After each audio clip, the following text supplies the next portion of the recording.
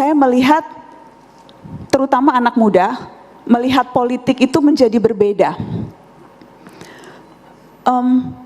Saya nggak mau bilang anak muda kita apatis, walaupun ada penelitian yang menunjukkan anak muda nggak peduli politik, tapi saya berani berdebat 7 hari 7 malam sama orang yang bilang itu, karena dari pengalaman saya bertemu dengan mahasiswa, dengan dedek-dedek, menyelenggarakan mata najwa di daerah-daerah, itu selalu penuh dengan anak muda.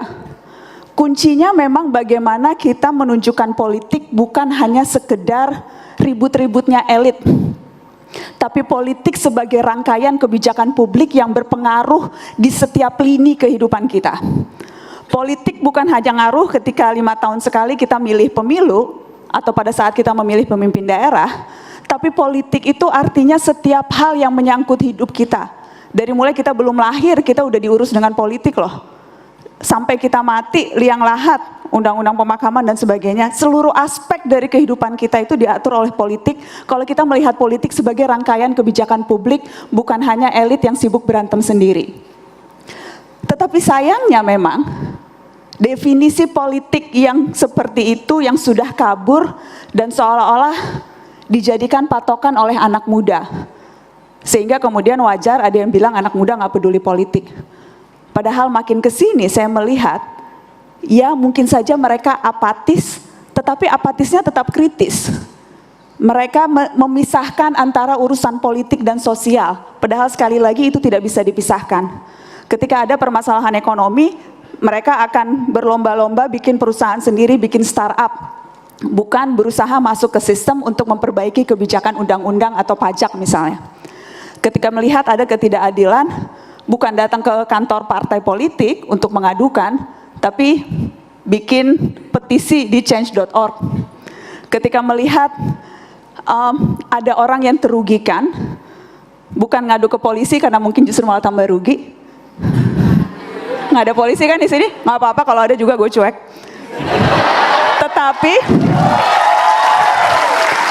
Tetapi kita bikin petisi di kitabisa.com dan mengumpulkan uang sendiri untuk mengulurkan tangan.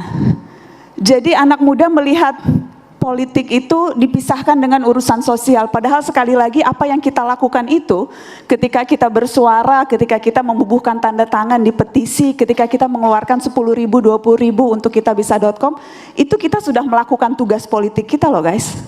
Ketika kita merasa negara saja tidak cukup untuk bisa mengurusi warganya, tapi warga negara yang berdaya bahkan bisa punya kekuatan lebih dibandingkan aparat negara yang mungkin saja tidak peduli pada warganya.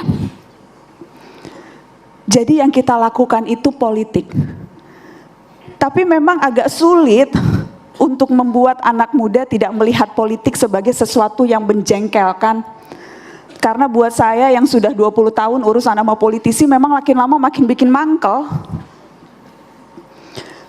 Dan karena ada begitu banyak hal yang terkadang di depan mata itu menjadi representasi dari politisi kita. Dan saya kerap kali memberikan contoh Setia Novanto. Karena saya merasa itu drama paling epik. Seriusan loh. Ada begitu banyak drama-drama lain, jauh sebelum ini ada drama Gayus. Tadi saya mention Gayus karena saya di depan Dirjen Pajak. Ada ingat nggak sih drama Gayus ketika dia memakai wig nonton pertandingan tenis, ingat nggak sih? Dan banyak drama-drama yang lain, tetapi memang yang paling kita ingat dan berkelanjutan dramanya ya si Papa, ya nggak sih? Karena memang rangkaiannya seperti ini. Pertama, ia terkena kasus etika karena terekam perbincangannya bicara dengan Dirut Freeport.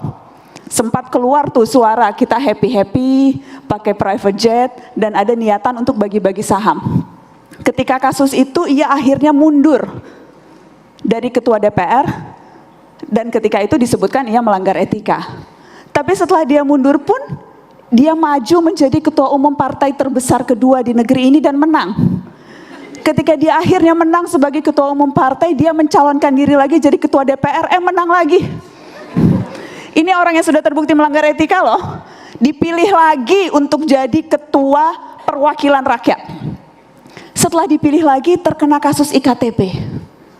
Setelah rame-rame IKTP, nabrak tiang listrik. Ingat nggak? Setelah nabrak tiang listrik, dia masuk rumah sakit pakai infus anak-anak. Sampai kemudian dokternya juga dipenjara karena terbukti kong kali kong. Pengacaranya juga dipenjara karena suka kemewahan. Ingat nggak? Di catatan Najwa juga tuh suka kemewahan itu muncul. Ketika akhirnya si papa masuk penjara, ketika akhirnya masuk ke sel, kemudian selnya palsu. Epic banget gak sih sel palsu itu? Sudah sel palsu pun masih bisa keluyuran makan sate padang dan ke toko bangunan. Ketika terbukti akhirnya dipindah ke penjara yang lebih maksimum security. Tapi di sana hanya 1 bulan dan katanya sudah tobat karena sudah jenggotan. Akhirnya dikembalikan lagi ke Sukamiskin. Dan sampai sekarang terakhir saya cek tidak ada perubahan, masih menikmati hidupnya di dalam sel yang palsu. Jadi gimana caranya kita nggak enak sama politisi ya? Gimana caranya kita nggak muak dan merasa jengkel dengan kelakuan elit-elit yang kerap kali mengatasnamakan kita ketika mengambil berbagai keputusan hanya untuk memperkaya diri atau kelompoknya? Gimana kita nggak sebel dan gimana gue juga susah hidup gue harus meyakinkan anak muda peduli politik kalau yang sehari-hari dilihat ya tingkah laku seperti itu. Susah, capek juga datang ke kampus-kampus bilang hey peduli, hey bersuara, hey bela KPK, hey jangan mau kena hoax, jangan percaya Novel Baswedan itu matanya palsu. Beneran itu dia matanya disiram air keras, jangan mau percaya sama orang yang mengatasnamakan orang lain dan bilang si Novel Baswedan itu palsu. Capek juga datang ke kampus-kampus bicara hal seperti itu. Kalau sehari-harinya yang kita lihat, tingkah laku politisinya nggak banyak berubah.